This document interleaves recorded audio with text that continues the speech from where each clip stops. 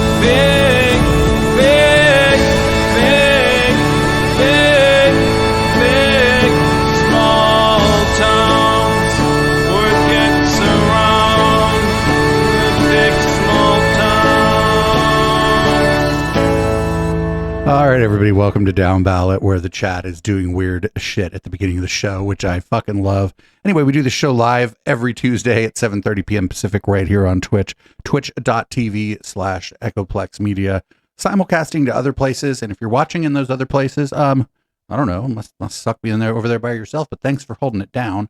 You can support this project. Just go to echoplexmedia.com, click the support link at the top of the page. I'm actually going to rework that web page in a couple days so it looks a little bit better and it's a little bit easier to make people give us money. I'm producer Dave, and you can find me on Grindr. And this is the Councilman. As always, you can find me on X at @THE_Councilman. You can also find me in pants most days, but not always. And I'm happy to be here with you, producer Dave, as always. Quick friendly reminder, we will be taking next week off from Downballot. It's our monthly break, so please stay tuned and tune in for public comment, because it doesn't end. The comments never stop, especially in Shasta County. So stay tuned for that after this show, and of course next week as well. And, Ooh, if we do that, if you're local to me and you actually know me, by the way, hit me up. We're all meeting up. Me and Chip and Juan and maybe Pimpy the Dolphin will show up again. Johnny Five, a couple of my old Fremont friends. There's a little open mic that thrown by Melody Renee that we usually go to on our off week for Downballot. And about half the time I come back and decide to do public comment. About half the time I don't. Really, all depends on how many and how much. Right. That and just like. Do I really deserve 2 nights off of streaming?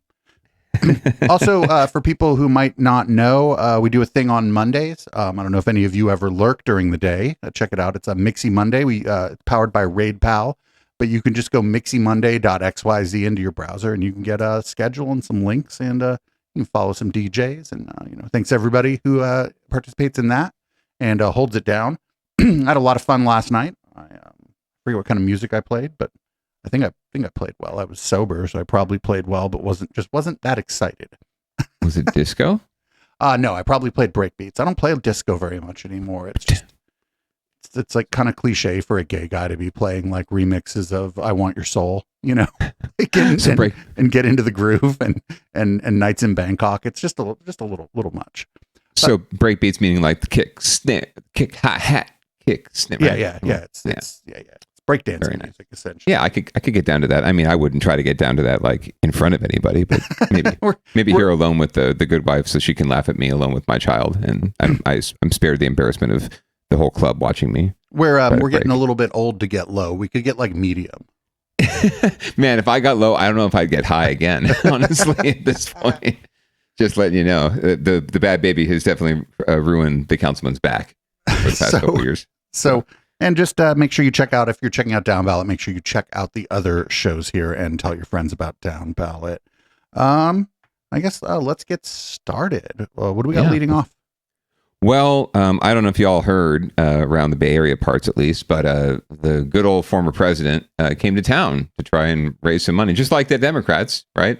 Republicans come here too to reap the benefits of Silicon Valley and all of those Peter Thielish tech executives who decide that they want to support, world autocracy instead of, the future of democracy. So there was a fundraiser in Woodside. The president showed up, or the former president, I should say, showed up. And these are some of the reactions and some of the responses he got. Good evening on this Friday. I'm Christina Rendon. And I'm Greg Lee. We start with the West Coast campaign swing for former President Donald Trump. He began his day in Southern California and is currently attending a fundraiser on the peninsula. KTVU's Mark Sayer joins us live from Woodside with the latest on Mr. Trump's visit and those who came to show their support. Good evening, Mark. Well, Greg, the message from the Trump supporters we spoke with here today is that despite perceptions that California is simply a solidly blue Democratic state, the Trump supporters say there are plenty of them here. They want to be seen and they want to be heard.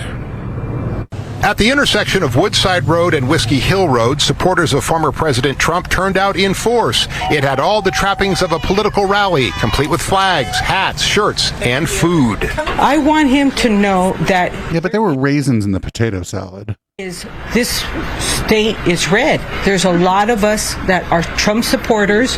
We want him to feel like, that it's not true what they're saying. It's California or Northern California is just blue. We want him to feel welcome. What do you hope President Trump takes away from seeing people... Ooh, anybody know what the yellow and fucking red flag is? It's the South Vietnamese flag, I believe. Oh, okay. So the former government of South Vietnam that was overtaken by the communist regime in the north. So it's it's very heavy with the Vietnamese American community in the diaspora. Well, that's better than what I was expecting it to be, if we're being honest. But it's not surprising. The Vietnamese population, especially the older guard, tends to be more conservative. I think just so he knows that he does have support here. I mean, in California, it's obviously a heavily Democratic state, and we just want to kind of show him the love. While the former president's motorcade did not pass by this particular intersection, he did attend a fundraiser at the Woodside home of tech entrepreneur Tom Siebel. Siebel is a distant relative of Jennifer Siebel Newsom, the wife of California Governor Gavin Newsom. Some reports say the entry price ranges from $3,300 to up to $500,000 per couple.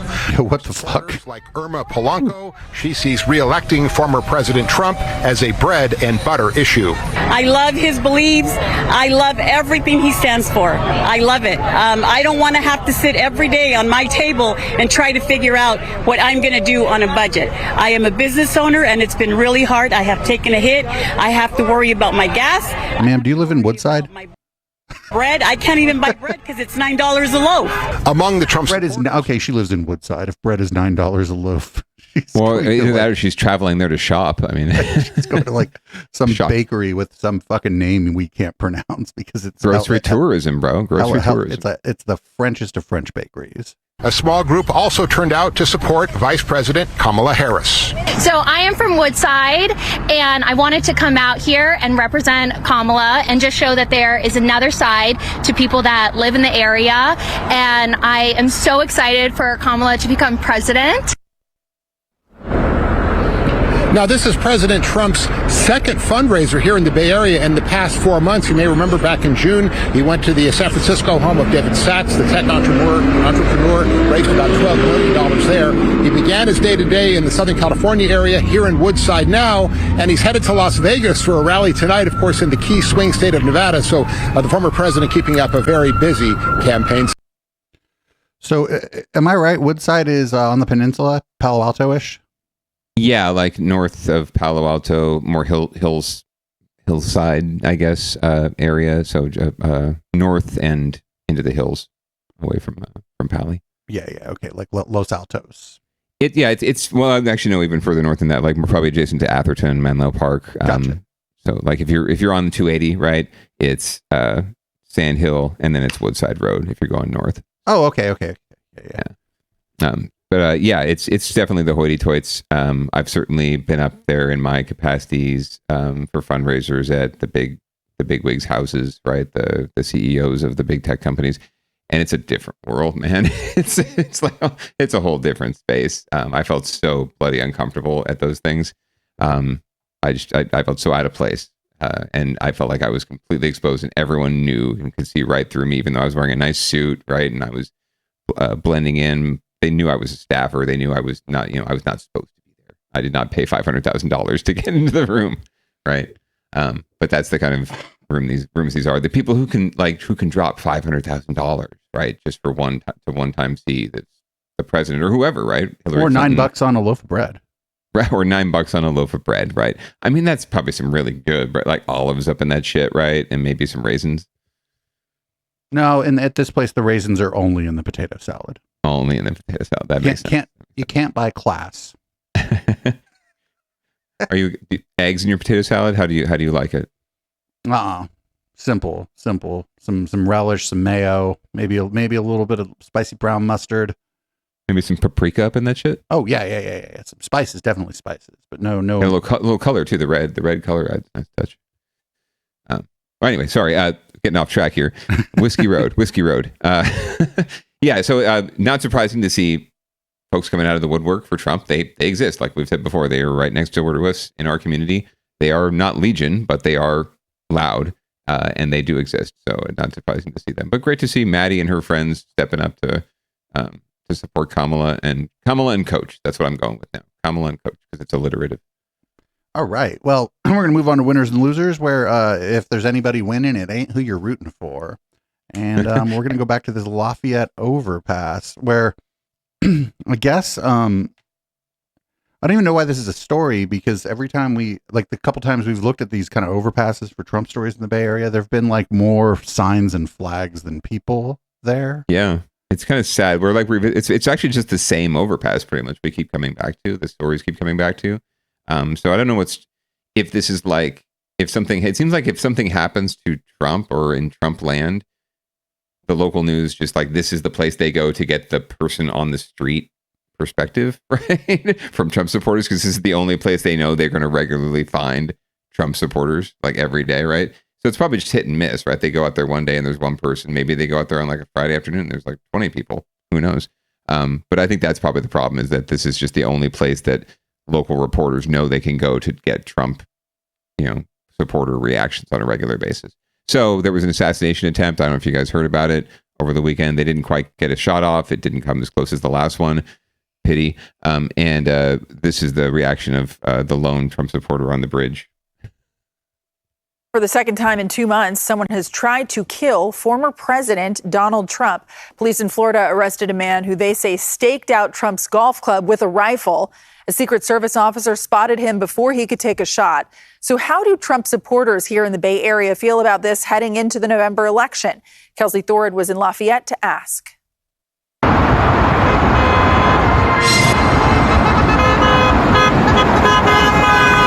Lisa Disbrow has been hanging banners and flags on this overpass above Highway 24 near Lafayette for years.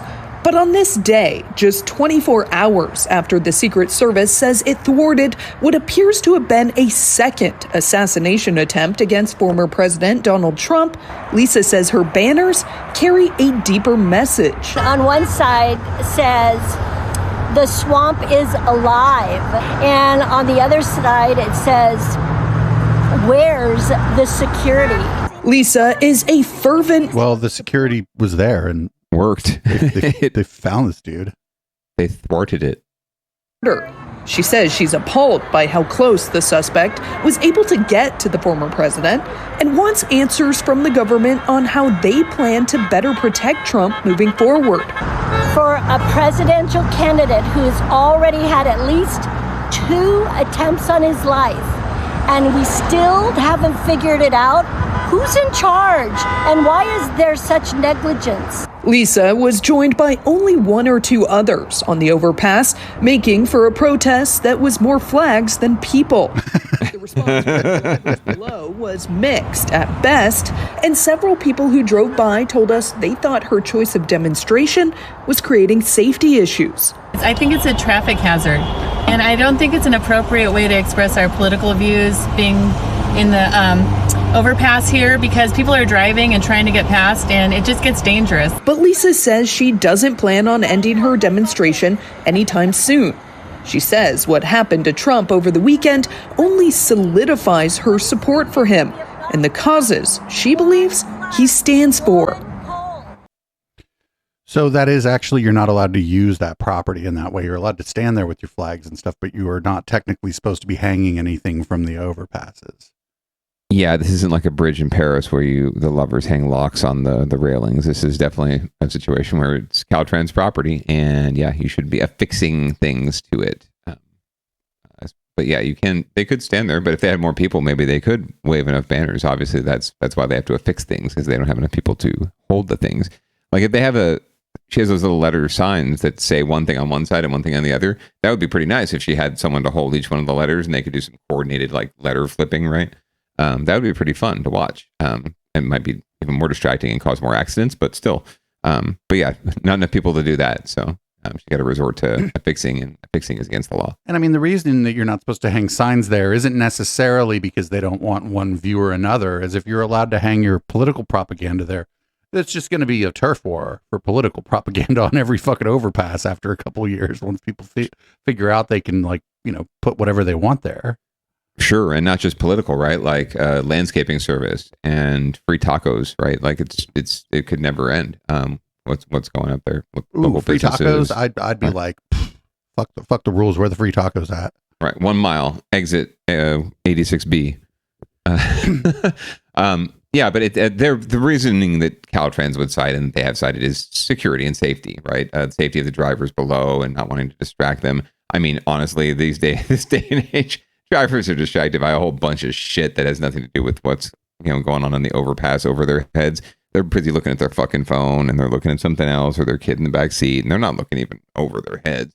They're barely looking in front of them to see where they're going. So yeah, drivers are distracted anyway. So I really don't think it's causing that big a hazard. And it's nice that these folks have this opportunity to vent and get this frustration out. It feels, if you've ever worked in a campaign, there are people who understand that the most important thing to do is go out and knock on doors and talk to your neighbors. And nowadays, of course, go online and talk to your neighbors and friends and people in other states even, and give them a personal reason as to why they should support whoever, right, candidate.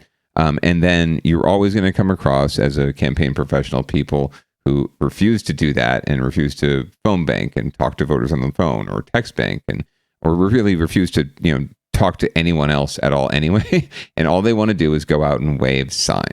Like, where can I go wave a sign for our candidate? And you just got to, unfortunately, let them do it, because it'll make them feel good and they stop bothering you about, all the reasons why they won't do the other things that are more important. You just got to let them do it. If this was my turf in a campaign, I would allow, I'd be totally happy with these three ladies doing this so that they're not disrupting the campaign I have over here that's doing the real work. So if anything, I let them do it. Let them vent, because otherwise they might be popping off and doing some other shit, in the community and interrupting, other spaces in our lives. At least they have this space to vent. And they can do that. And I think that the CHP and Caltrans or whatever kind of made the right call here by just leaving these people alone, because it's not like there's a huge crowd. Like, the other thing that could be a problem, if you were hanging these signs and there were like 150 people gathered on this overpass, well, now you got a problem. Right. And you know how you get 150 people on the overpass is if you give them a reason and you confront them and you get on video, they get a video going that they post online on TikTok, and suddenly you've got 150 Trump supporters on the bridge confronting a couple CHP officers. And then you're talking about a dangerous situation, right? So not just confronting the CHP officers. There's just not enough room on the sidewalk for that many fucking people on the freeway overpass. Right. So you ever walk across the freeway overpass? The sidewalks are like, you can barely walk 2 by 2 on them. Yeah. I mean, you can walk your dog maybe. But anyway, yeah. So that there's a good reason why just backing off and letting them vent is the best policy in this situation. And it just gives us such great fodder for Downballot. Every time there's something that happens, we can go to our people on the street and see what's going on in the Lafayette overpass. So thanks again for providing that insight, local news. We really appreciate you. Okay, so we're going to move on. We got a story about Palo Alto. Apparently, there's going to be an airport expansion in Palo Alto so that I guess Mark Zuckerberg can fly more often. I don't know. He flies out of SJC, So this is going to be a series of people are pissed stories in our local tiny burgs. So folks in East Palo Alto are pissed about Palo Alto's plans to expand their airport, which is adjacent to East Palo Alto. So once again, the ongoing struggle between East and regular Palo Alto. So we have a segment that we don't. It's not really a segment, but on public comment sometimes when we get out, not necessarily rural, but areas where like Maricopa County, where there's dense urban and also like rural areas in the county. Every once in a while, we end up having a thing where people are like, you can't expand the airport. It's going to scare the shit out of my cows. So we have like aircraft versus livestock. But I don't think this is going to be one of those stories. No, aircraft versus NIMBYs. Fair enough. Let's go. New at 11 tonight, people living in East Palo Alto are worried and frustrated over a proposal to expand and remodel the Palo Alto airport. Neighbors say as it stands now, they already have to deal with noise and poor air quality, and many say they don't want it to get worse. NBC Bears' Jocelyn Moran was at tonight's airport meeting, has the details. Well, this airport is called the Palo Alto Airport, but it is very close to neighbors in East Palo Alto, and they feel like they're being left out of the conversation. Tonight, more than 70 speakers lined up to talk in front of the Palo Alto City Council regarding proposals to expand the Palo Alto Airport. Alternative 2 shifts the runway to the northeast. The director of public works and the airport managers outlined what they call alternatives, essentially options to expand the airport. The city says it's meant to accommodate existing aircraft and electric aircraft in the future. Unfortunately, there hasn't been enough outreach from Palo Alto to the East Palo Alto residents, which I find extremely disrespectful. The Palo Alto Airport is located on Embarcadero Road. Ahí se puede escuchar los aviones. Este sonido de fondo es un sonido constante. Residents in East Palo Alto can see and hear the planes coming in and out. And tonight they say they're concerned about the noise, the baylands, and pollution. Why is our airport not in the middle of Palo Alto? Because we don't want this pollution. So why do we give it to our neighbors? There's going to be a lot of climate hazards. We already have terrible air quality. Residents also point to a plane in 2010 that left the Palo Alto airport and crashed in East Palo Alto. The 3 people on board died and the plane struck power lines and damaged homes. I live very close to the airport. I've seen multiple plane crashes, including one in 2010. That guy looks like he's about to fire you from Facebook. Killed 3 people. When a plane crashes, it's either going to go into the Palo Alto Marsh or the East Palo Alto neighborhoods. So it's extremely important that East Palo Alto is consulted on this. City Council is not yet voting on these plans. After tonight, the plan is to choose a preferred alternative of the options they outlined. In Palo Alto, Jocelyn Moran, NBC Bay Area News. So I'm curious, like, is that airport like used for like commerce, or is it like a place where like sort of hobbyists fly their planes mostly?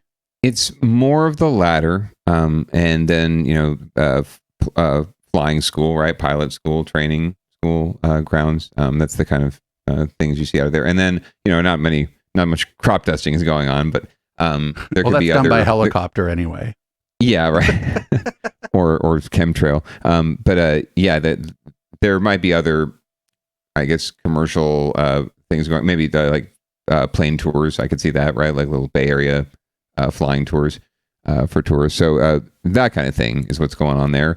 And again, I don't mean to frame these folks as NIMBYs at all. They're just some of them are generally concerned about like health and safety hazards of having an airport like right next to a neighborhood. And it's true. I mean, there's a reason why you see a lot of houses in the flight path of airports, right? Especially the near flight path. So they do have legit concerns. And East Palo Alto is consistently neglected and treated like a little bitch of Palo Alto. And it's strictly, it's a money thing. It's a class thing, right? Class warfare. So I didn't mean to imply that these folks are NIMBYs necessarily. They are concerned about their neighborhood, but there is a NIMBY streak to Mr. Facebook too, I think. Yeah. Well, that guy lives in the smart part of East Palo Alto. Right. The west part of East Palo Alto. The closer to Palo Alto part, closer to IKEA. But yeah. Sorry, I just that dude owns the IKEA. My train of thought. Who owns IKEA? That dude that just fired us from our jobs at Facebook. That must be it. I think that's why he's there. Anyway, but yeah, consistently forgotten and consistently neglected. So I agree with the one speaker who said that they should be consulted. But yeah, just make sure you know who you're consulting. Oh, I'm sorry, I forgot. I've just remembered my train of thought. You can't really blame them for crashes, other than the fact that there's proximity from the airport to the neighborhood in the first place, right? I mean, what are you going to do? It's an airport. They're going to be plane crashes. It happens. Yep. But everywhere. Folks will recall the Reed Hillview Airport in San Jose, right? There were consistently planes going down in the parking lot of Eastridge Mall, right? So it's really about having. So really, it comes down to the fundamental question of whether or not you have these kind of airports, right? So that would be plane versus Nordstrom Rack. Correct. I think we've even had, or if we had down ballot many years ago, these used to happen on a consistent basis. It hasn't happened as much lately, but that we definitely would have covered that a million times on down ballot. But really, it comes down to fundamentally, and we're confronting this issue with Reed Hillview here in Santa Clara County. It comes down to a question of should we have these regional airports that are not necessarily big, commerce revenue generators, still existing within neighborhoods where they didn't before, right? Both of these airports were built before there were houses envisioned and tracts of houses envisioned surrounding them, right? They were somewhat removed from the urban centers. So I think have to ask a fundamental question more of the health and safety and risks of having these airports near our neighborhoods. Yeah. I don't know the answer, but neither do I. I don't know. I ain't never going to go to flight school, but if I did, I'd want to do it in Palo Alto, obviously. I mean, yeah, and the views are fantastic. So I think there's got to be some sort of like flight tourism happening here. I'm sure at that airport, there's got to be some other commerce happening. Anyway, at least it's not Pickeball. Oh yeah, this is just around the way from where I used to live and not too far from you, but way more close. I could probably ride my bike to where I could have ridden my bike to where these people were pissed off before. You can probably hear the Pickeball from where you were. I have some thoughts about this, but I have some thoughts about the whole Pickeball thing. I have some thoughts about it, but we'll address them after we run this story about these people like really mad about Pickeball. Switching gears here, it is a common complaint that pickleball is too loud. One of the fastest growing sports in the country, now at the center of a debate in the South Bay. Yeah, the sounds of the game are turning some neighbors into enemies. A pickleball court in Saratoga is among those racking up complaints. Here's NBC's Robert Honda. We're here at El Quito Park in Saratoga, where some neighbors say the activity here at these pickleball courts is driving them crazy. A big part of it is that when these courts are locked, some people play anyway. Pickleball is definitely a loud game, but how intrusive the noise is and how much people who aren't playing have to put up with is a big part of the discussion here in Saratoga. Some neighbors who live next to Quito Park say it's maddening. It's like a popping sound, and it's not a pleasant sound. It's not something that you get used to. I thought I would get used to it after a while, but I haven't, and it's very penetrating. The courts are mainly used by members of a pickleball association through reservations, but there are also times for the general public. Right now, there are signs posted and big locks meant to enforce the posted hours, which say the courts are closed after 6 or 7 p.m. But neighbors say the posted hours don't seem to matter to players. Every morning we could hear it around 6:30. They sometimes even jump over the fence to play at night. They'll bring their own lights till midnight and play. They don't regulate the courts very well. City officials we talked to point out they recently authorized $100,000 to put up sound padding and to install magnetic locks at the courts. Some pickleball fans we talked to were skeptical. One man, who asked not to be shown on camera, said there should be no fucking rogue pickleballer. Hours are restricted and enforced, and added, it's not that loud anyway. The noise of pickleball should be compared to the noise of the landscapers and the other people that are running their mowers and their blowers. They're just as loud as pickleball. They said that they're going to put some pads up and around and locks, but people are still jumping over to get in there. So I think it would be best just to get rid of it. The mayor, Yang Zhao, tells me the city will install that sound padding and the magnetic locks by November, and emphasized people jumping the fence and playing at all hours are breaking the law, and encouraged neighbors to call police. In Saratoga, Robert Honda, NBC Bay Area News. I figured out a way for us to fucking get out of our workaday lives, Councilman. We need to make pickleball gear that is quieter. I think you have found the greatest market inefficiency of the 21st century, sir. Let's get on that right away. Everybody, like, are there any engineers in here? Any sort of designers? Anybody got a 3D printer maybe that we could start trying to use different sorts of materials to make the pickleball ball out of, such that we could make it like sound like a tennis ball?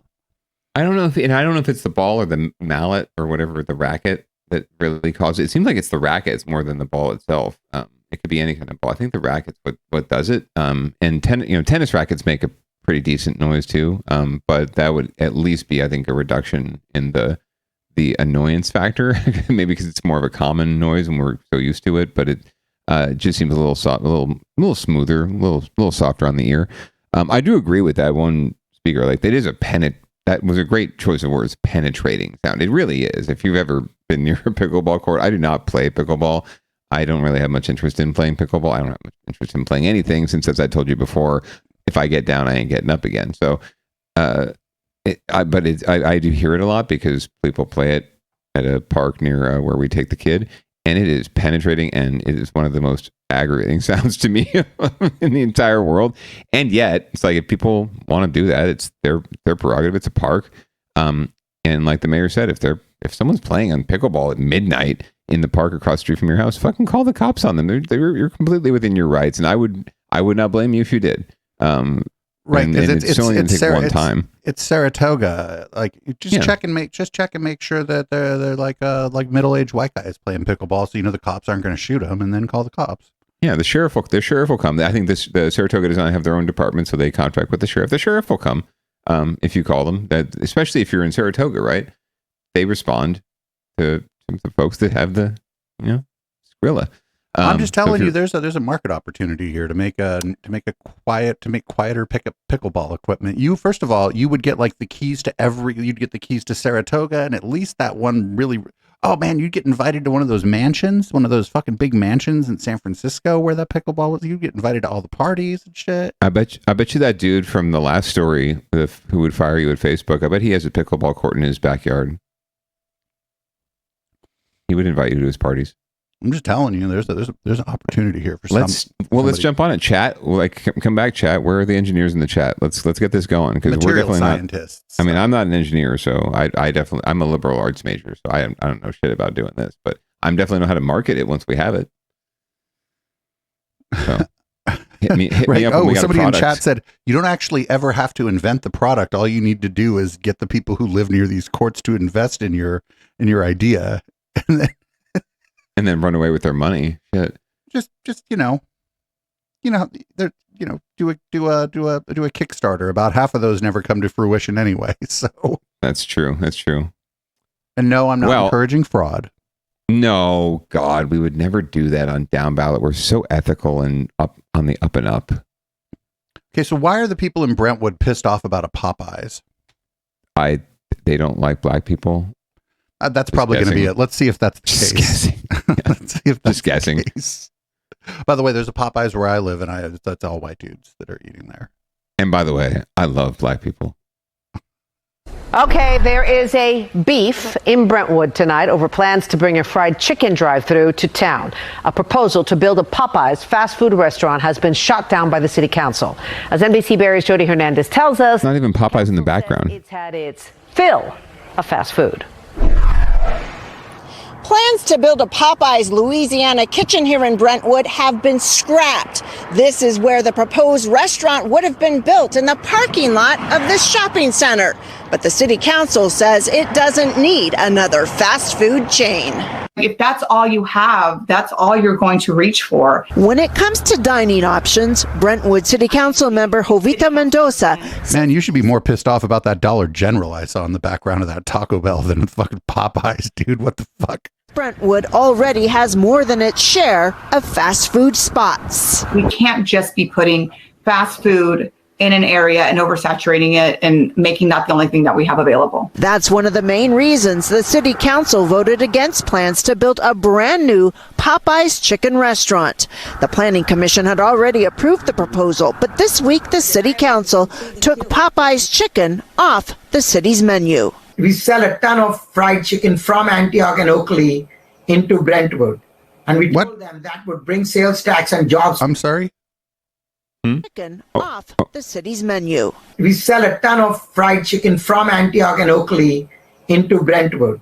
And we told them that would bring sales tax and jobs to your city. Sonny Guy says he's outraged. Guy says he's already spent $150,000 on plans and was gearing up to break ground on the $3 million project in a few months. He calls the city's decision irrational. Maybe they don't like fried chicken. Maybe she doesn't like fried chicken. Maybe some of those planning commission, city council members don't like fried chicken and don't want it over there. I don't see why. He's saying black people. That's a fried chicken is a equivalent for black people in what he's saying.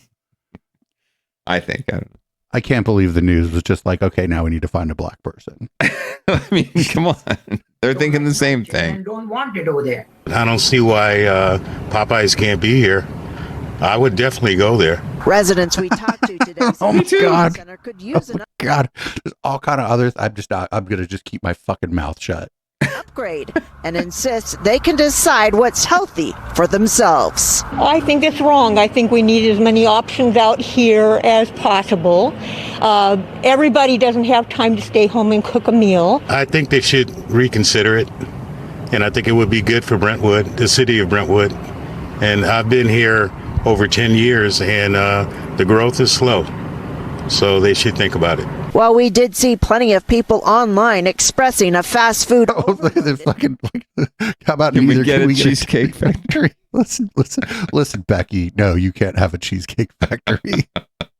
In Brentwood, the Popeyes franchisee says he's not giving up. He plans to sue the city. Sue the city. There you go. Staying healthy is about lifestyle, not fried chicken. If you are a hard worker, you need that protein. And you burn it off. I love this guy. You burn it off if you work. In Brentwood, Jody Hernandez, NBC Bay Area News. Okay, so I liked everybody. I liked all the people on the street in that one for a change. Yeah, I mean, I hope it's winners and losers. I hope he does win, honestly, because that is whatever you think about the problem of food deserts and food insecurity and people not getting access to healthy foods. I don't think Brentwood is honestly the poster child for lack of access to healthy foods.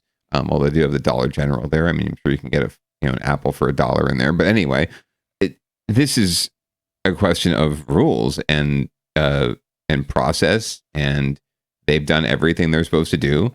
They got the planning commission's approval. They meet all the codes. They've done all the things.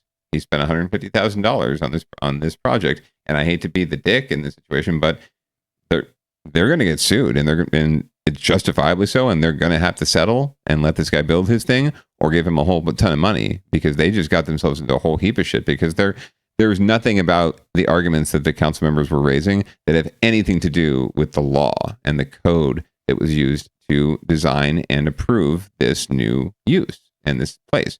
So yeah, they're in a lot deep shit, and their city attorney should have stopped them from making that decision, because it's going to get them in a whole lot of trouble. And he's either going to get his Popeyes built anyway, and make money from the city in a settlement, or he's going to get a big fat settlement, and they're going to look really bad, and they're not going to have a Popeyes. So this doesn't, and I couldn't really tell that much about the area, but this doesn't appear to be a case like the city of Campbell didn't allow In-N-Out right near the Hamilton and the 17 exit. But the reason they didn't do that is that exit's a nightmare when people are getting off work anyway. And so like they just were like, this, you can't, there's just going to be too much traffic here. When they showed the street appeared to be 2 or 3 lanes in every direction. And I saw like one car. Mm-hmm. So it didn't seem like there'd be a traffic problem. Yeah, they're converting an enormous part of an enormous parking lot that was obviously underparked and underused, right, for the Dollar Tree or whatever, the Dollar General. So yeah, it's a new use of the space. It's really an upgrade of the space. I don't care what you think about drive-throughs. I'm not the biggest fan of drive-through fast food either, but it's an upgrade of the space. It's right now it's a parking lot that's not doing anything, and then it'll provide service and revenue and jobs, right? So there is a positive to this. And yeah, it's not going to cause a massive amount of traffic. That site in Campbell is problematic for anything. Any business in that site is going to cause that's got some sort of in and out, literally or figuratively, traffic is going to cause problems because that intersection is already a mess and people don't know what to do with themselves at that intersection. So, but this is not that at all, and they didn't have enough justification to cite to overturn the recommendation and the staff's recommendation and the project. So they're going to get sued and they're going to lose. And I don't think you're going to find a lot of people in that town that are like, don't put a Popeye. Like, who are you going to find? Like, Popeyes is good. It's delicious. If you know your fried chicken, like Popeyes is near the top, right? As far as like fast food fried chicken, right? If you're looking for that, we got one right down the street from our place here, and we go there more often than anything else. Definitely more often than KFC, which is in. Would you got a crispy, crunchy chicken in a gas station near you? Because that's the business. Oh man, I got a Prius. I haven't been to a gas station in like 5 years. Oh, dude, the gas station chicken is the fucking business. I'm not even kidding. I was hella skeptical. I forget who it was. I think it was Chip. Chip DeVille was like, no, you got to go to the fried chicken place over at the gas station. And then I had it. I was like, oh my God, this is fucking amazing. I'm just waiting for them to have a good. Sorry, go ahead. I got 2 of them that I could ride my bike to here, and I've been a couple times. Well, that's fancy. I got to come up to your neighborhoods more often. Anyway, well, I do hope that this guy gets to build his dream Popeyes, or at least he gets a big fat check from the city, because that's some. And I liked him. Shit. I liked him. He was funny. He seems like a nice guy. He probably wouldn't be a great boss, but that's a whole other issue. This is a perfect example of a problem, a legitimate problem that these council members are addressing, right? But the entirely wrong venue to address the problem. There's a higher level of policy around general planning and strategic planning around how cities grow, where you can address these issues, right? And where you should address these issues. And it's a waste of time and energy, honestly, to bring it project to project on a project to project basis and try and use individual projects to make your case for something that you could be working on in a more macro sense. So that's just my admonition to any activists out there. Like, focus on the higher level policy, changing the system, not changing the project necessarily. Again, where I lived before in Campbell, they wouldn't have let you put a Popeyes on the strip on Campbell Avenue, but they had policies in place about chain restaurants and not wanting chain restaurants, not in the city, but on the strip. They wanted the strip to be like local businesses. Yeah, you can set zoning policy based on a neighborhood by neighborhood basis, and they do. But those things happen on a higher level, right? And you have to really engage on those on a longer term basis to make the change.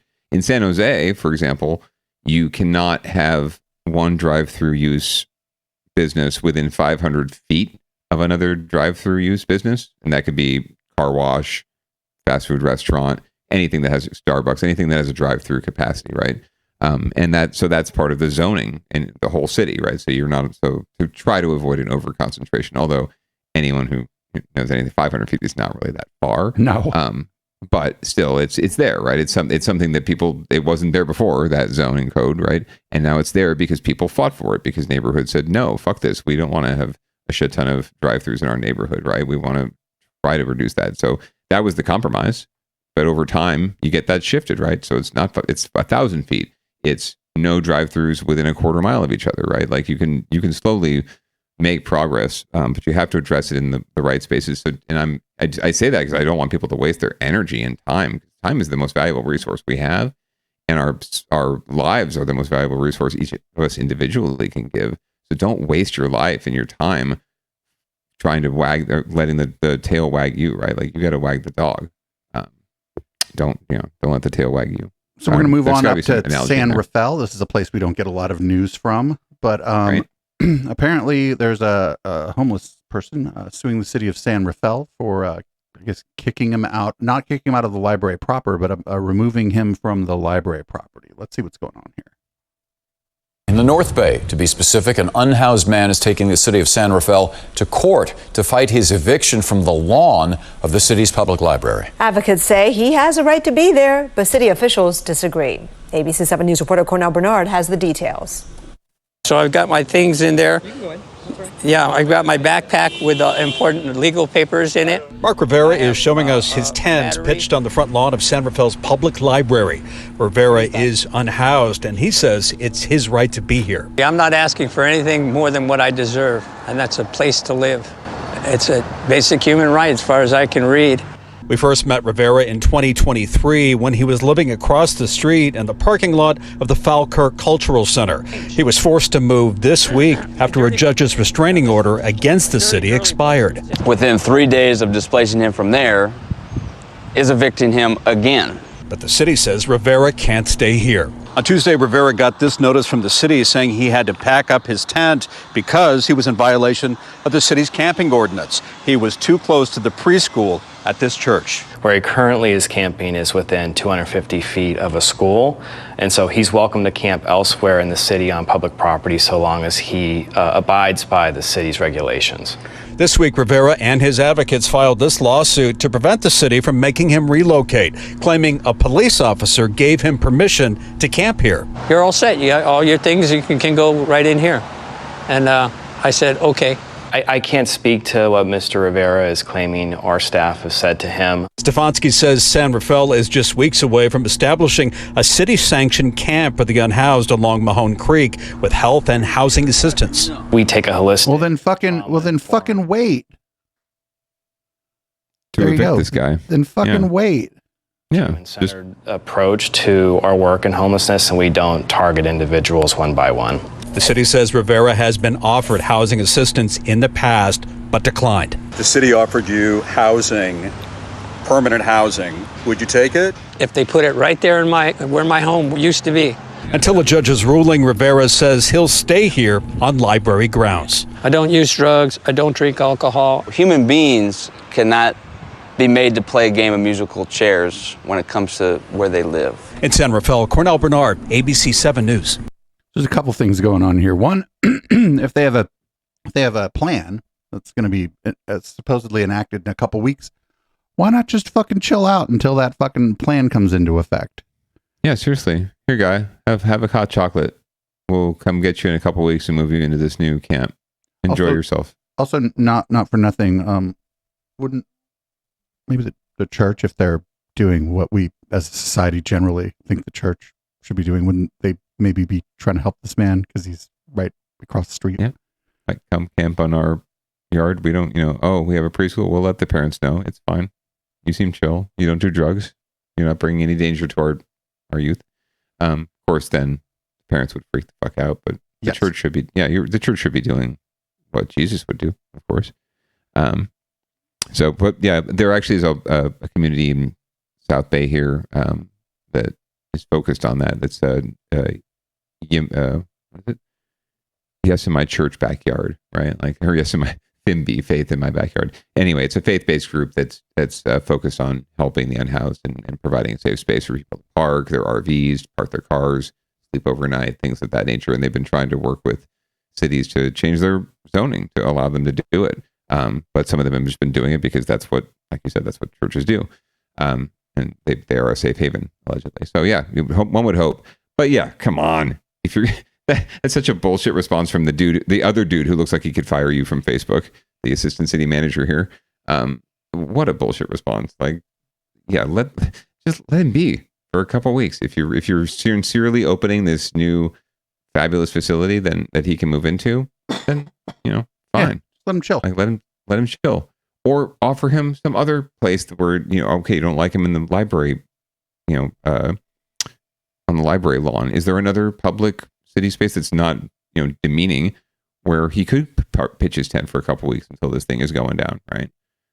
That whole thing when I was about to lose my mind when the guy's like, in a couple of weeks we're gonna have a safe encampment place. I'm like, well, what are you doing then? Like, we don't deal with target individuals. If the guy won't go to that other place afterward, I guess, then deal with it then, maybe. Right. I don't know. Right. Like we don't target individuals. I love that. But you are targeting this guy. I know that the law is like a blanket law, right? That he's breaking, according to you, but you're definitely targeting this. He's the only one breaking it. So, I just don't get this. The response some people in cities have to this humanitarian crisis, is that the right word, is just mind-boggling to me. This issue never fails to just the stupidest possible response to what's going on. Like the levels of stupidity. Sometimes we think we've reached the pinnacle, and nope. This is the dumbest. Yes, and the lack of empathy. That's the other thing too, right? There's a practicality to it, right? I think anyone who's studied this issue knows it's practical to house people, frankly, and to spend public dollars to do it. It saves us money, it saves everyone money, and it saves them in the long run. So it's absolutely practical, but it's also just, for God's sake, have a little empathy, but for the grace of God, right? Like any one of us, catastrophic medical emergency or a family crisis or a financial crisis, we're losing a job, we could be out of housing like that, right? And I don't think most folks who actually make these policies and think about these things realize that enough. So it behooved them to either have the experience of being homeless and knowing what that's like, or at least having a little bit of empathy with the folks who do have that lived experience. And we just don't see either one of those things in our policy making these days. And that's sad. Let's move on to get your shit together. And this is actually a case of shit. Yes. So speaking of being sued, the city of San Francisco is now suing a developer over, basically not tending to their lake in the middle of the city. A lawsuit tonight in the city of San Francisco over something stagnant that is also growing into something that could be really dangerous for people nearby. This pond of water in the Soma neighborhood now inhabits what was supposed to be housing. Kira St. Cyr with the concerns from residents. I'm sorry, who went swimming in there? A pond of stagnant water near 5th Street has been sitting for so long, it's essentially developed its own ecosystem of plants, insects, and birds. The swampy lot was supposed to be prime real estate for the Soma neighborhood, but people who live nearby, like Bavneet, say it's nothing more than a public nuisance now. It's a disaster. It's really bad. And all the mosquitoes, all the insects, it's just insane. Bavneet says trucks used to line the street with pumps to keep water from pooling, but he hasn't seen those trucks in almost 6 months. I can expect this in maybe some other parts of the world, but come on, man, this is San Francisco. You got to fix this. Bavneet and his friends put up with the lot, affectionately known by locals as Lake Comota, with a sense of humor, calling it the best discovery of natural resources since President Roosevelt. But the violations mounting against the developers who are supposed to be taking care of it are no laughing matter. These owners are in violation of numerous local and state health and safety codes and have created a public nuisance that is endangering the health and safety of neighbors and the general public. The suit lists multiple defendants. Construction on the lot started before 2020, but halted during the pandemic. Since then, developers racked up almost 80 violations and penalties from various city agencies. Chu says even that wasn't enough to get a response from any companies involved. We've just not been able to get the attention of the property owner. We haven't been able to get them to respond to multiple notices of violating city and state law. So we had to take this step. He calls the lot a classic public nuisance case and believes the court will share that same sentiment. Bavneet says he doesn't care who's behind the swamp. He just wants to see it cleaned up. Turn that shit into a park. Yeah, an ecological park of some sort with a little gangway or causeway that kids can walk across and study the many fauna and insects and fungi that grow there. Yeah, I'd love to be living next to that. I can't imagine that smells very pleasant. And the sight out your window is not probably the best. I mean, I don't know if I necessarily agree with Bob Need either, right? It's a city. Hello, it's not. San Francisco is San Francisco, sure, on the postcard, but it's still a city, and every city has a spicy underbelly, and every city has a stagnant pool of water in the middle of a neighborhood, guaranteed. Right. Not every city has problems, but it's really I'd like to. It should be probably turned into housing, but secondarily, turn it into a park. Maybe put a lake there. You could put an artificial lake on that lot, and it would be adorable. Yeah. Well, first things first is getting the property owners and the developers there to own up and to clean it up, right, or do something, and then see if they actually do have a project that comes to fruition, and if not, the city can see what they can do about taking it back. So we're going to move on to Downballot Watch. This is all stories about the upcoming election in San Francisco. And this first story is about, I guess, following the money in the upcoming mayoral race. We're now about 50 days away from the general election. Among the big local races, San Franciscans will vote on a mayor. Now, this year's race is projected to be one of the most expensive races in the city. So far, the heir to the Levi Strauss fortune, philanthropist Daniel Lurie, has outraised his competitors by more than double. And Lurie is outspending his opponents by that same margin. Lynn. Yeah, you can buy an election, but this guy can't buy this election. With a few voters to see if all that money is really making a difference.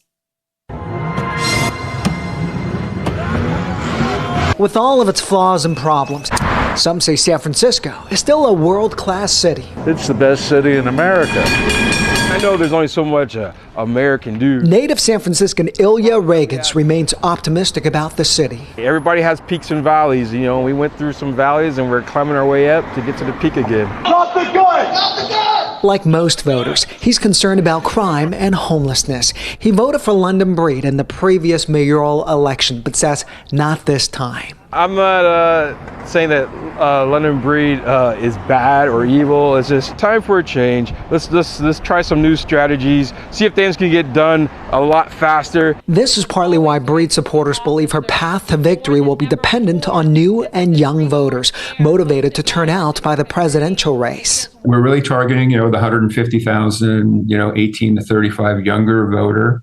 That is progressive. Chris Larson is a business executive and philanthropist based in San Francisco. He and former New York City Mayor Michael Bloomberg raised about $2 million for an independent expenditure account to support Breed. I want to say something to those who traffic in negativity. The group also paid for this 90-second ad that will run on social media sites. San Francisco is not wearing the shackles of your negativity any longer. Known by many as a moderate Democrat, the ad portrays Breed as a, quote, practical progressive. Valuing the safety of our seniors from Chinatown to the Bayview, our immigrant and working families in the Tenderloin is progressive. Larson says Breed deserves another term because she is battle-tested and provides the right balance compared to her challengers. We're on track here now for the lowest murder rate since 1985. Car break-ins now in July were down 70% from the year previous, and that is largely because of London's leadership. I know crime is down now. But not everyone buys what's being sold. The undecided Reagans is leaning toward one of the moderate challengers. He says the November election is about building a better future for his son. The future belongs to them, to the young ones, and you gotta vote, or the future is doomed. Breed has wealthy friends, but her challengers are also spending big money to unseat her. Daniel Laurie, for example, his supporters raised more than $5 million in a separate political action committee to campaign for him. Well, I'm assuming the odds-on favorite is the incumbent Mayor Breed. I mean, generally speaking, yeah, that's a good guess, good bet. And she has done nothing to, I think, give an opportunity to any of these dudes, white dudes, to come at her with a significant argument. We're going to find out in a later story here why there's ways that they can play the system, perhaps, to advance a little further. But more than likely, she is the front runner. Daniel Leary won't be the first, white entrepreneur, whatever you want to call him, to spend a bunch of money and not win in local elections. Peter Dixon's a great example from the congressional race. Spent way more than anyone else in that race and finished fourth. So, it is anybody's game sometime with ranked choice voting, but really, London Breed is doubled down on all the things that got her elected, all the things that are going to keep her elected. Public safety, putting more cops on the street, putting more drones out there, letting cops, putting more license plate readers out there, right? Cracking down on everything and everyone, and supporting Brooke Jenkins and her bootlicking, regime, supporting strategy of persecuting homeless people and drug users, not dealers, and it's just a pattern that helps get votes, but she cannot call it progressive. She cannot fucking win that back. She cannot redefine progressive. The progressive in the race with any visibility is Aaron Peskin. Yeah. I mean, he's a camera chaser, ambulance chaser, whatever you want to call him. But yeah, he is the true progressive in this race, if anyone's looking at it. Yeah, I make fun of him, but I think if I lived in San Francisco, I'd probably vote for him. At least put him first. Hell yes, I would too. Frankly, there's not a lot of choice there, unfortunately. And it's interesting that San Francisco hasn't produced more or doesn't produce more progressive challenges. But it's cycles. Everything comes in cycles right now. And right now we're at a cycle where even Democrats are frustrated, like moderate Democrats are frustrated because they see a lot of folks living on the street outside their house now, right, in their community, and they see, these petty crimes. They see them repeated over and over on Nextdoor, the same video over and over, but they feel like it's some sort of epidemic of crime, right? That's what Prop 36 is all about. We'll get to that later. And that's what's fueling the support that she's going to be able to ride to victory. And it's sad, but it goes in cycles. It's the same thing that got Mayor Ed 209 elected, but it could come back and bite him in the ass, as we talked about last week. Ooh, no Mayor Ed 209 this week after you got pissed off at him last week. Yeah, I decided to take a break from reaming him. We're going to focus on San Francisco during Downballot this week. So next, we're going to find out a little more about dig a little deeper into the election and hear what the Latino voters in San Francisco are saying and thinking, or at least the ones that they found as the person on the street. Yeah, the one who actually votes, the one Latino who actually votes. Oh, get out of here. Well, we are 50 days away until the election now, and this year, for the first time, San Francisco residents will vote for a mayor on the same day they select a president. Yeah, it's thanks to Prop H, which voters passed in 2022 to move local elections to even-numbered years to match up with presidential elections. There's hope it will attract more people to the polls. Yeah, there is a concerted effort to mobilize the Latino vote, too. In previous years, there's been a lack of engagement among Latinos. That's right. ABC 7 News reporter Leanne Melendez is here to tell us what's changing. Leanne. Yeah, well, when it comes to Latino voters, don't assume that they're going to vote one way or the other, or that they're going to vote at all. For example, young voters have told me that they are disenchanted and are going to stay home despite so much riding on these elections. Now, for the older Latinos in San Francisco, crime and even illegal immigration are big issues. And some will be voting for more conservative candidates when it comes to the mayor's race and even the presidential election. Through music, Latinos express their identity. Sharing a meal is a way to connect with others. Talking about politics is a byproduct. What's different about these elections? There's nothing too different besides it being overly politically charged, and everyone's at each other's throats. Hugo Monge told us he's discouraged and is skipping the November election.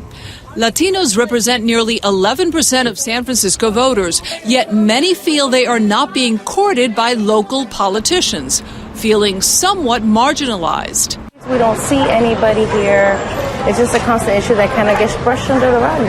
When was the last time you saw a mayoral candidate here in the Mission? I can't say that I have. Generations of Latinos here have typically voted Democratic, yet issues like crime and drug use in San Francisco have led to a slight shift in how they vote.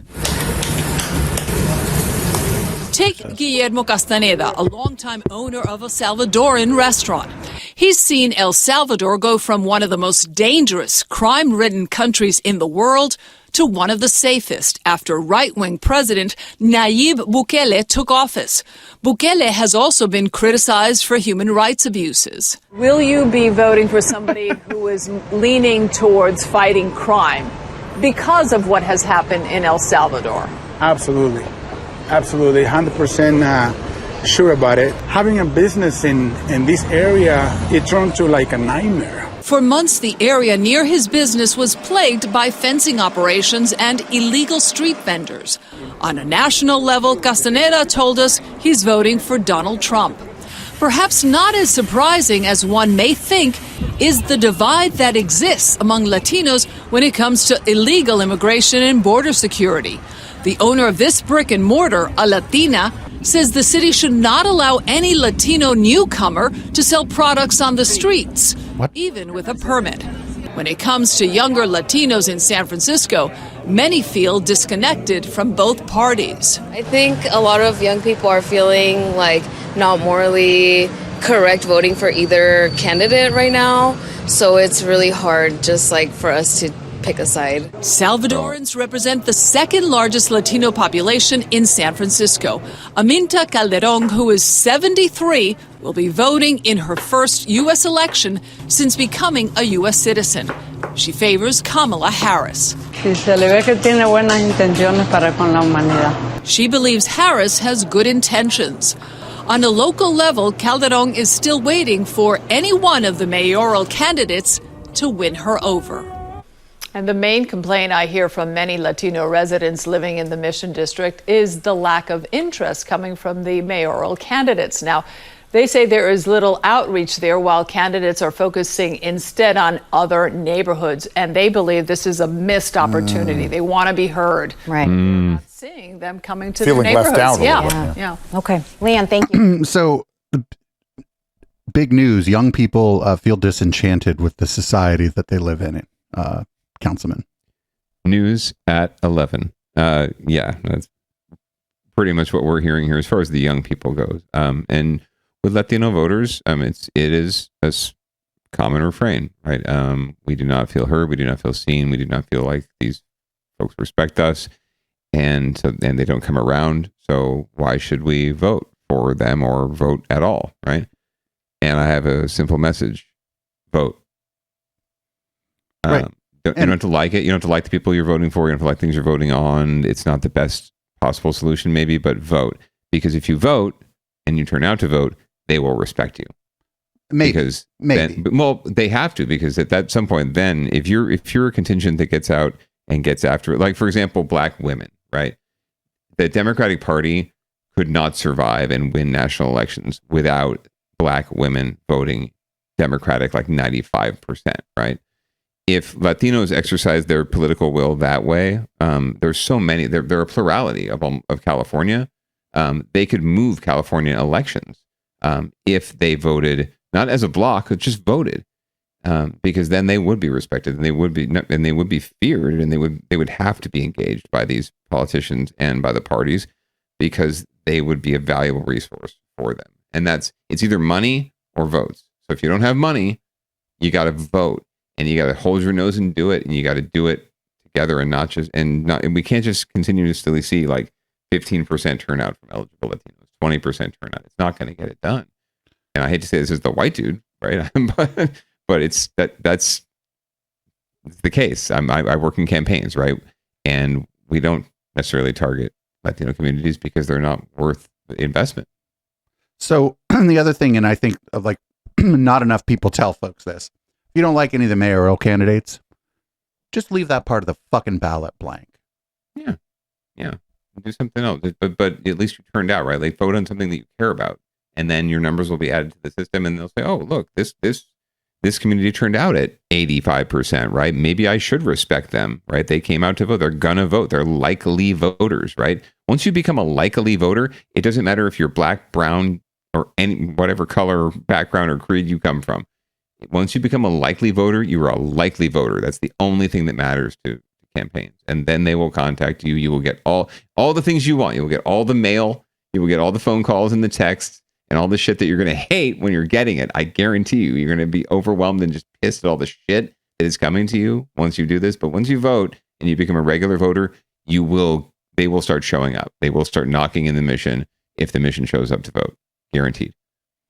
Well, that you know, I maybe see it a little bit differently, but you know, you work in campaigns. I just think that, I don't know. I think that like I said, if you don't care who the president is, then don't vote for the president. Vote for, if all you care about is who represents your district at the county board meeting, then just leave the whole rest of the fucking ballot blank and vote for the person in your district that you like. That's fine. But I would advise folks of Latino descent that there is one candidate who wants to deport your relatives and perhaps even you, and indiscriminately. So just think about that for a second, and then we'll go from there.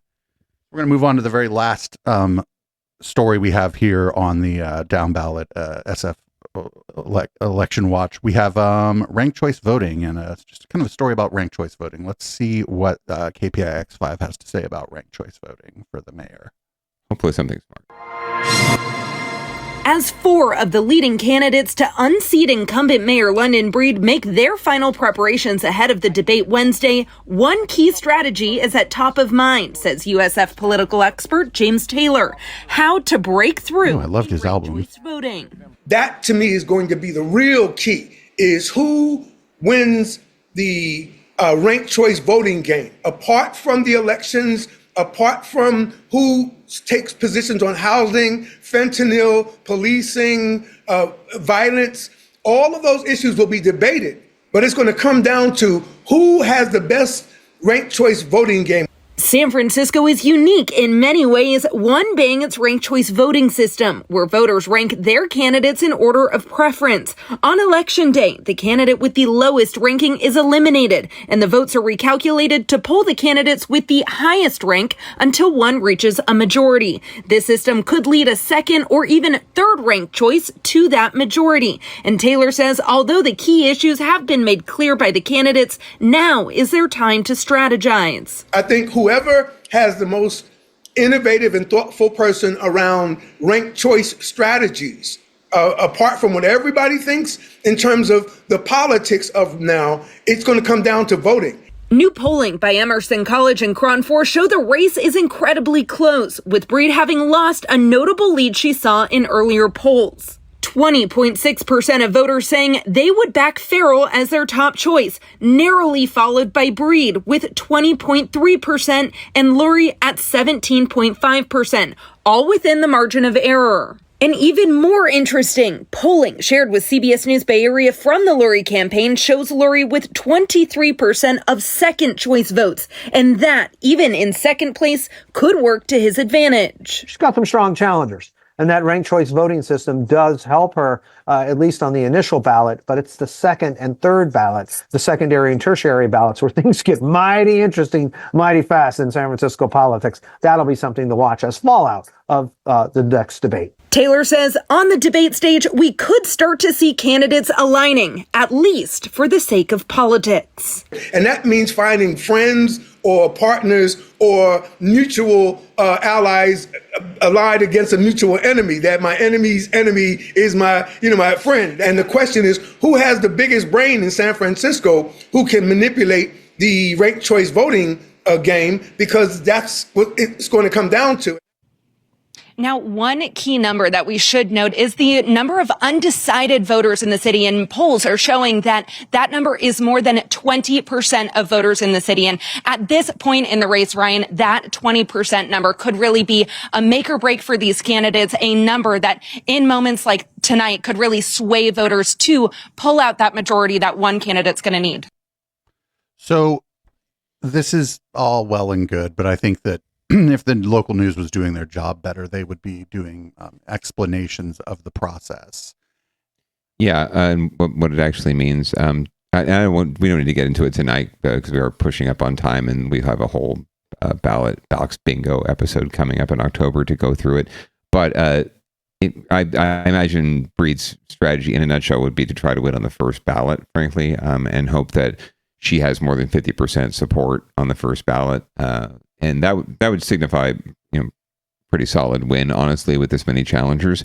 It's really going to come down to the not Breed contingent, right? Like, I don't know that she's going to be the second choice of anyone who's voting for those other dudes. It may just be that people just rank the white dudes if they're not voting for Breed. So we'll find out on the very first ballot how big that group is.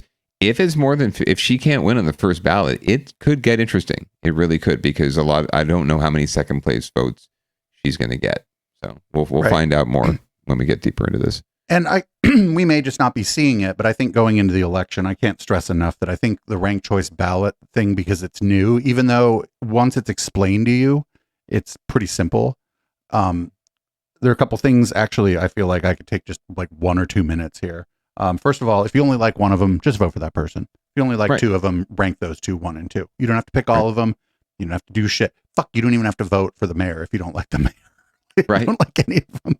Like, don't let this new system or whatever be like an impediment to voting. And if you don't know, maybe ask a friend. You live in, especially in San Francisco, you live in a big city, so you can just ask somebody on the bus or whatever. Be like, hey, how does this ranked choice thing work? Somebody will answer your question. Actually, more than likely, it's the one criticism, or one of the key criticisms we hear about ranked choice voting, and it comes from communities of color and organizers and people like myself, even who do this kind of work, that it presents a challenge, and it presents an impediment to voting to certain populations where it takes a little while. It might take, with language and other barriers, takes longer to explain new systems, right?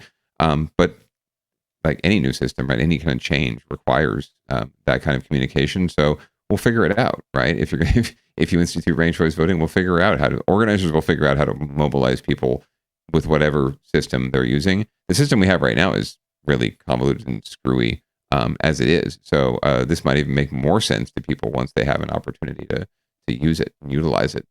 This might be one of those places too where you could just go onto YouTube, right, and be like ranked choice voting Espanol, and somebody in Spanish will explain ranked choice. You know what I'm saying? Like, there's got to be, in like every language that's spoken in this country, there's a video somewhere explaining ranked choice voting. Oh, there's in San Francisco, I bet you their elections office has those videos on file on the website. You can go and download and watch them anytime. I guarantee it. If they once they began instituting this, they probably had to, right? And it's probably in Chinese or Mandarin, Cantonese, Vietnamese, Korean, Japanese, Spanish, King Spanish, and other kinds of Spanish, right? Tagalog, you name it. It's probably available in any language you need. Yeah, and but I think the news could, instead of running that story about that would be who's helpful. going to win, who's going to win. The guy's like, who's got the biggest brain, and it's like, dude, you could have spent that 4 minutes.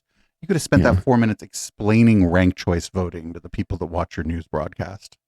To be fair, I think I did see some headlines of like sort of the infomercial version of ranked choice voting from the local news, so we can probably pull one of those for ballot box bingo and see if they do live up to that ideal. Because I think you're right. It's the news absolutely has an obligation to inform people, and they don't do a good enough job of that, at least at the local level, and certainly at the national level sometimes. So we got another thing, and this is kind of a cool story. I didn't I didn't expect to see this. Apparently, there's a big pride flag. Anybody who's ever been to the Castro, when you get off of the light rail at the Castro station and you walk up, you can't really see it actually when you get out of there because it's so tall. You'd have to be like across the street or whatever. But there's this giant pride flag there, and I guess it's now officially a city landmark. So that's pretty cool. The iconic Rainbow Pride flag installation that flies over Harvey Milk Plaza in San Francisco's Castro district is now an official landmark, and this is a process that's been years in the making. Yeah, ABC 7 News reporter Tim Johns is live here now in the studio with us with the details. Tim?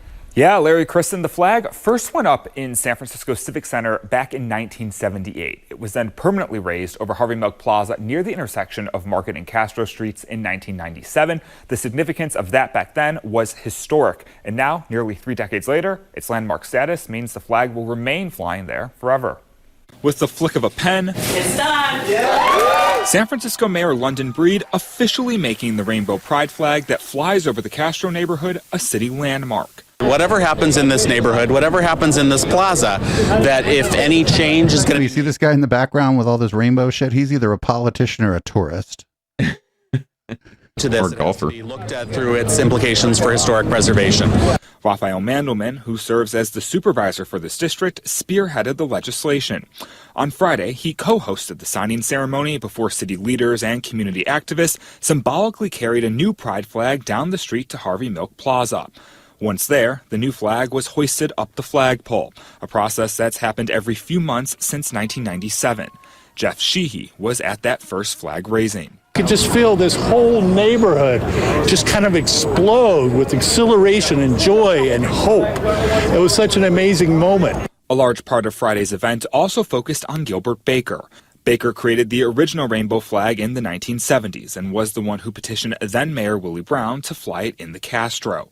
Baker sat down with ABC 7 News in 2017 to talk about the flag's creation and what would be the last interview before his death. Pink is for sex and red for life and orange for healing, yellow for sun, green for nature, turquoise for magic, blue for serenity, and purple for the spirit. While the flag has enormous significance within San Francisco, many also tell us its importance reaches far beyond the city.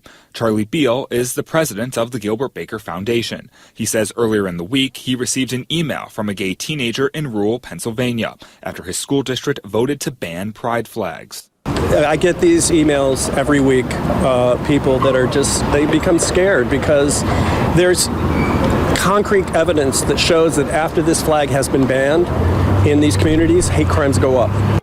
All the more reason, Mandelman says, San Francisco must remain a beacon of hope for all in the LGBTQ plus community. It was a permanent celebration of queer liberation, which is what Gilbert intended.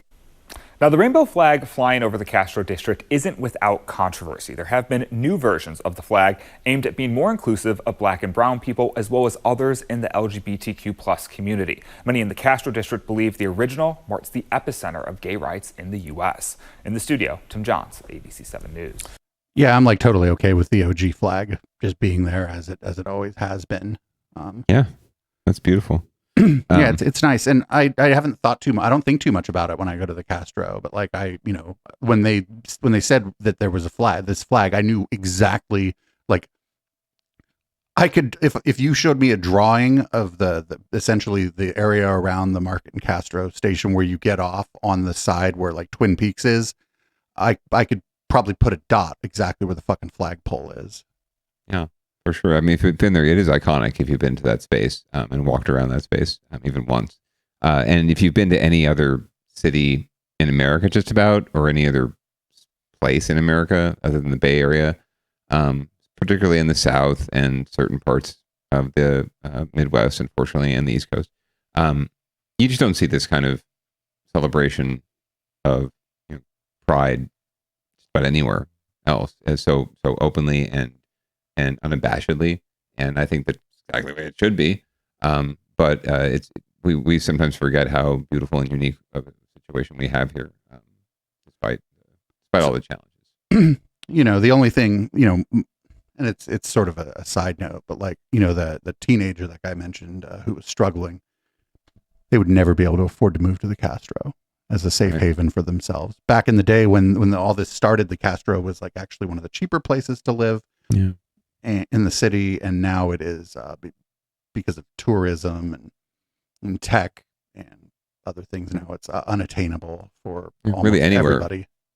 Really anywhere in the Bay Area at this point. And but I mean the Castro specifically, the Castro and like Nob Hill are the highest rent in the city. Oh, sure, and it's been a gentrification process of many years too, right? But at least you can still live on the library lawn, at least until they kick you out. Well, there's no lawn on the library in San Francisco. That's true. Not enough space. Anyway, that's the end of the show. You want to read the show out for us? Sure.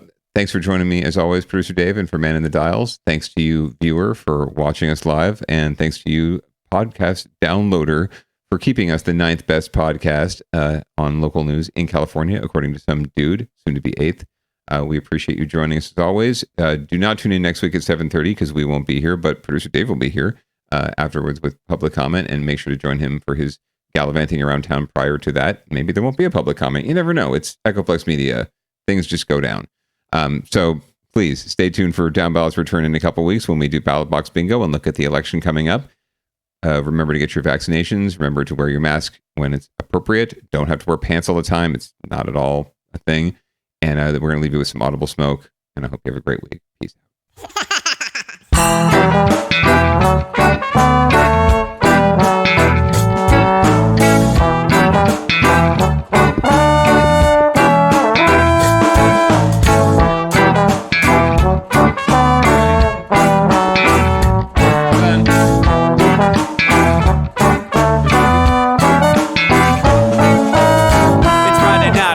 Time to get the party started. Pick up my phone just to check and see who's calling. Dress up real nice for the ladies at the bar, and I'm driving in my car just to get to where they are. Here at the local scene is where I plant my feet. It's where I smoke my cigarette and I hold my drink. I look at all my friends, they're all blazing greens. Here at the front of the stage, waiting for MTV. Where are those guys who's standing next to me with a pipe in his hand, ready to blaze for me? About 5 minutes later, we're all singing Queen. I get the fuck up on stage and rock the scene. Yeah, we do what we want, and what we want is to jam. So sit back and enjoy the band. We do what we want, and what we want is to jam. So sit back and enjoy the band. Enjoy that band. I turn and head back to the bar for a refill, man, because you know where we are. We're headed out to the car to smoke another one and another one. Now just when the magic starts kicking in, I hear relapse playing, you know it's time to head in. Alright everybody, now it's time to grab a new drink, spark it if you got it, and then pass it to me. Yeah, we do what we want, and what we want is to jam. So sit back and enjoy the band. We do what we want to do, and what we want is to jam. So sit back and enjoy the band. Enjoy that band. That's the on the bill for the show tonight. Down and dirty at 5, so we're headed outside to spark up another joint. Now who's got my lighter? Stoner E, of course. Shouldn't you be inside? I'm all up in this bitch, being who I gotta be. I'm fucked up like the U.S. economy.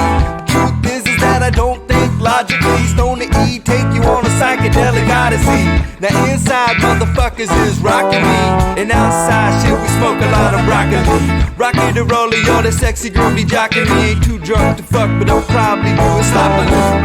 We do what we wanna do, and what we want is to jam. So sit back and enjoy the band. Enjoy the band, enjoy the band. We do what we want, and what we want is to jam. So sit back and enjoy the band.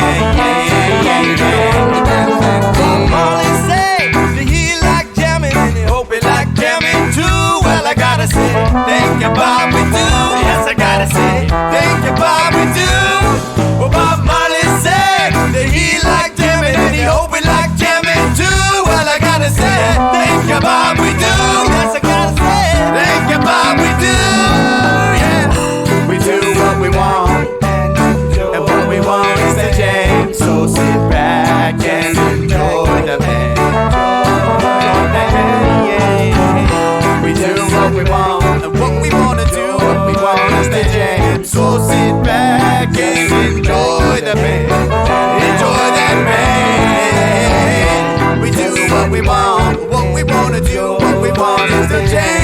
So sit back and enjoy the band. Enjoy the band. We do what we want, and what we want is to jam. So sit back.